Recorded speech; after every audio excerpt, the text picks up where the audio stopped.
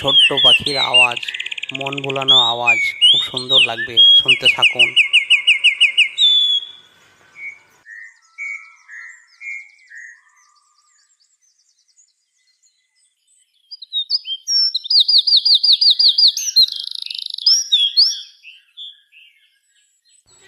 কিচিরমিচির করে ডাকছে বড় বড় পাখিদের মতো, কিন্তু ছোট্ট পাখির আওয়াজ একদম কানে যাচ্ছে।